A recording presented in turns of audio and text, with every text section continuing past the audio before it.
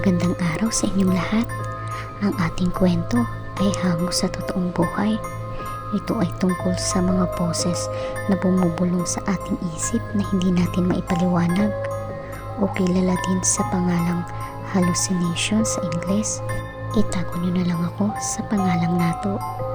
Nagsimula akong makarinig ng mga boses na bumubulong nung ako'y nagsisimulang magtrabaho. Graduate ako ng culinary, subalit nahihirapan akong makahanap ng trabaho. Ilang taon din akong nakatambay at nagtatanong sa sarili kung ano pa bang kulang sa akin, bakit kahit anong gawin ko ay hindi ako makahanap at matanggap sa trabaho. Keso hinahanap nila ang maraming experience. Hanggang sa katagalan ay tinulungan ako ng aking pinsan na ipasok ako sa maliit nilang resto. Minsan ay nagtatrabaho ako ng 12 oras na walang bayad ng overtime. Umuwi ako ng bagsak sa pagod at nasasabi ko sa sarili ko, hanggang dito na lang ba talaga ako? Sumubok ako mag-apply papuntang ibang bansa, pero naubos ang ipon ko, di pa rin ako nakakaalis. Nadepress ako ng sobra at doon na pumasok ang hindi mapaliwanag ng mga boses na aking naririnig. Habang ako ay nasa kwarto at nagpapahinga, biglang nakita ko ang mga maliliit na mata na nakatingin sa akin sa bintana. Mga gamit na nagliliparan na animoy totoong nangyayari. Tumakbo ako papalabas ng aking kwarto at sumigaw sa aking ate na kasalukuyang kasama ko sa bahay. Sabi ko sa kanya, "Ate, may mga tao sa bintana at nagliliparan ng aking mga gamit." Nung pumasok si ate sa aking kwarto ay wala itong nakita at nasa ayos naman ang aking mga gamit. Sabi ni ate, "Baka pagod lang yan, magpahinga ka na." Kaya inisip ko rin, baka sobrang pagod ko din ito. Nung sumunod na araw, kahit sa trabaho ay nararanasan ko rin ito. Minsan, nung ako'y nagluluto, naririnig ko ang mga boses ng aking kasama na nagbubulungan at nagsasabi, "Hindi yan magaling si Nato. Walang lasa ang kanyang mga luto." Kaya minsan, naiiyak ako habang nagluluto.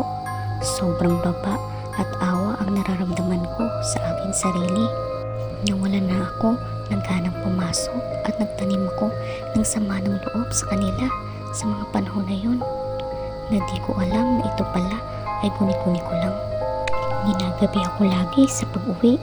Minsan, nung ako'y bumibiyahe papauwi sa bahay, habang nakasakay ako sa jeep, ay naririnig ko ang mga boses na nagpupulungan at nagsasabing, "Talon, tumalon ka. Bilis, talon na." Palakas ito ng palakas sa akin na para bang animoy katabi ko ang bumubulong, at paglingon ko sa paligid ay wala akong katabi dahil iilan lang kami nakasakay sa jeep. Sa sobrang takot ko ay tinakpan po ang aking mga tenga hanggang sa makauwi ako ng bahay. Nang makarating ako sa bahay ay nagulat si ate. Bakit ako namumutla at nagninginig ang aking mga kamay sa takot? Hindi ko na sinabi dahil sa wala rin namang maniniwala. Hindi na ako nakapasok sa sobrang takot at puyat. Mga bagay na nakikita ko at boses na bumubulong na hindi ko maipaliwanag.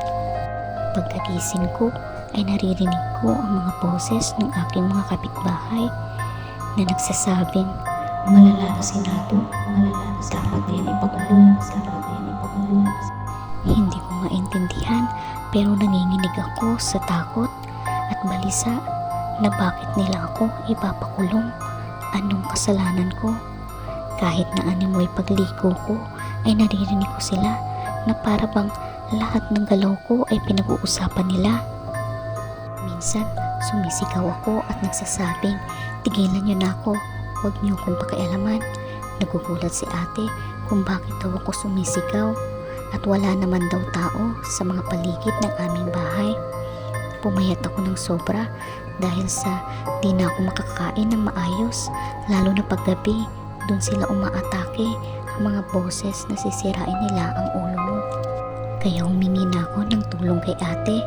Umiyak ako ng sobra na hindi ko na kaya ang mga boses na bumubulong sa akin. Kaya nung kalaunan, nagpasya si ate na dalhin ako sa psychiatrist. Doon, sinabi ko lahat ng mga naririnig ko at nakikita. Pinakwento din sa akin kung ano ang kwento ng aking buhay.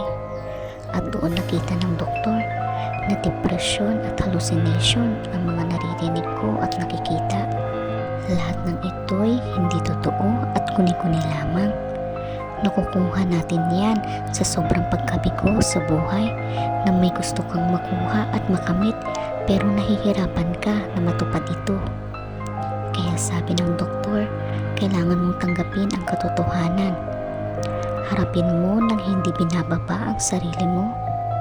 Tiwala sa Diyos at tiwala na kakayanin mo ang mga hamon sa buhay.